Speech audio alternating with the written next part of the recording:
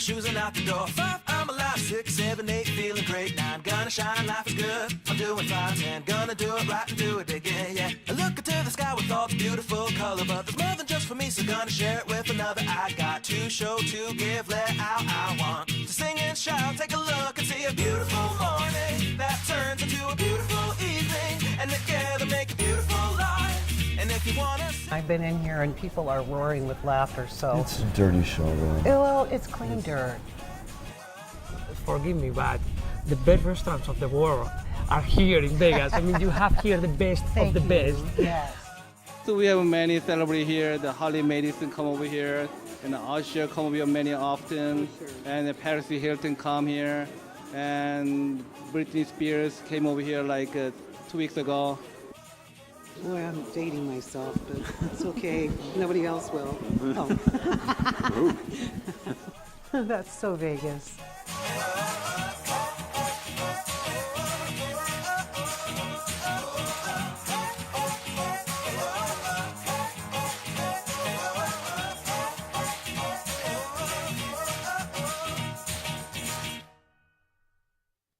Welcome to That's So Vegas. I'm Christine McKellar. I'm your host today, filming here live from the fabulous WCOBM studio in Las Vegas. I have a great guest today. As a matter of fact, he's so full, he's a fount. We're going to spend the whole hour with Jeff Burbank, and I'd like to spend the first half of the hour just talking about Jeff.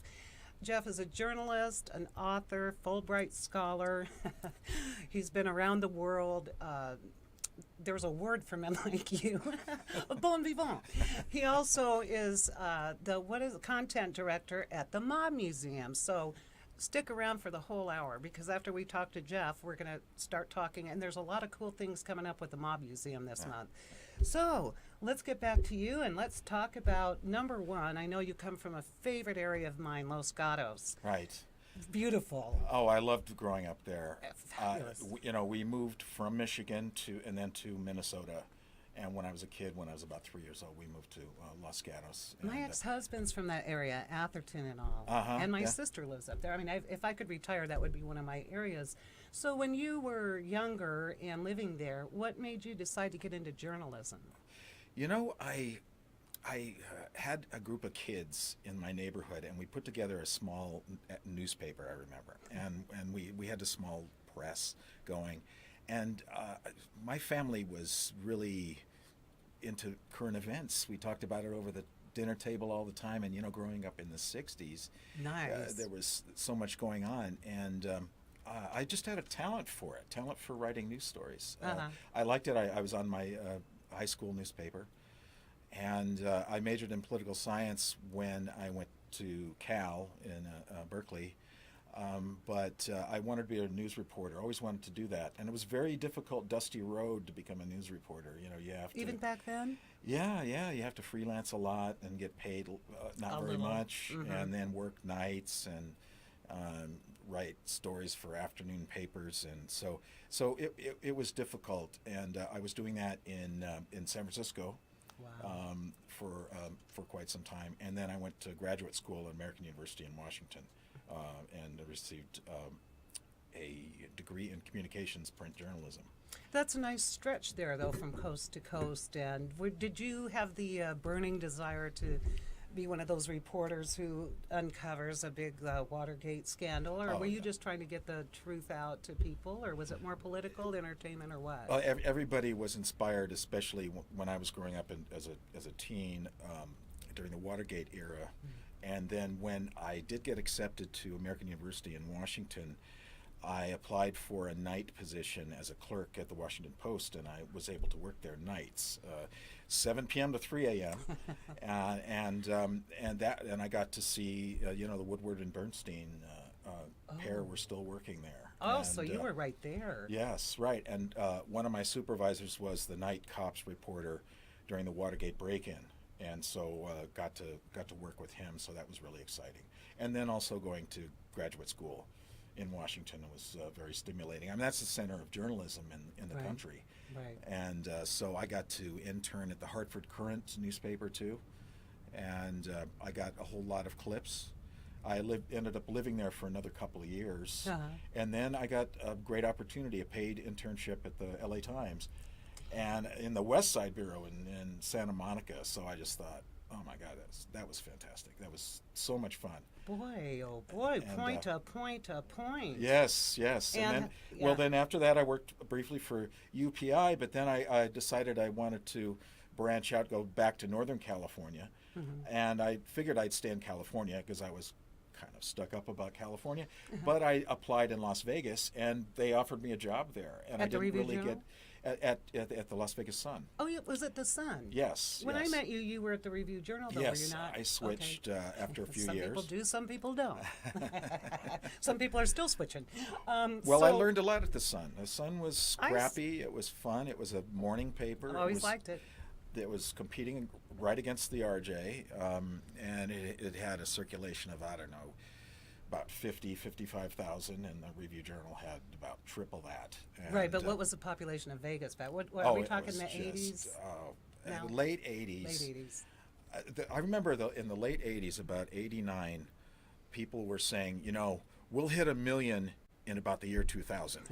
And it hit the million in about 94, 95. Surprise, surprise. Because of the unbelievable growth. But you remember, we were friends back then. The Yes, we were. 90s were fantastic. Yes, they were. I don't Good know days. if they could ever duplicate that kind of decade. It was exciting, and the growth, and Right. it was still really cheap to live here. I Yes, it mean, really was. cheap to live here. And there were so many intimate places to go. It wasn't like you had to Right. battle people on the strip, and people still dressed accordingly to go out, kind of urge, you didn't. It really was a very special era. We were blessed, just like we were blessed to be, kind of teenagers in the 70s. That was the Right. greatest time. Oh, the ever. 70s, I have to say, yes, 70s were better, yes. They were excellent. Now, what made you, did you come to Vegas to work at the Sun because it was a job opportunity, or did you kind of focus on Vegas for a reason? I didn't focus on Vegas. I came by, well, here I've got a daily journalism job. That's what I want. And I'll stay here, I thought, for a year, and I'll go back to California. I said, I'm not staying here for more than a year. And then I did get a job offer from a small paper in the Bay Area, but by then I was gaming reporter. I was one of only two people covering the gaming industry in Interesting. Nevada, and I thought, well, geez, I can't give that up. So I stayed. Wow. And what I noticed, it was so interesting to move from California, where there's so many people, and it just seems like there's so many things taken, and in Vegas you could kind of make your own way and be your Exactly. own person. Right. Like they said, it's a cliche now, but be a big fish in a small pond. Absolutely, And that's that was why a I great moved opportunity. here. I moved Yeah. here from the Newport Beach area, Orange County. So that was in '80, I believe it was. That was a long time ago. Yeah, well, I remember I was, I was paying, I can't remember how much exactly I was paying for my apartment in Not West much. Hollywood, but I came there. here and it was about 40% of what I was paying there, and so I actually had money left over and not having to struggle. And you So- could get a $2.99 prime rib, and then Yes. the whole city is open 24 hours a day. That's what I still love about Vegas. Yes, Even right. though I don't go out 24 hours a day, just like no one that's out there. So from the Sun, as the gaming editor, writer, how did you get to the RJ? Tom Keevil was the editor then, right? Well, TK? Tom Keevil was the editor while I was at the Sun, and then a new editor came in before I arrived at the RJ. I wanted to go to the bigger paper. I was a little bit bored with the Sun. It was a little flaky there, I have to say.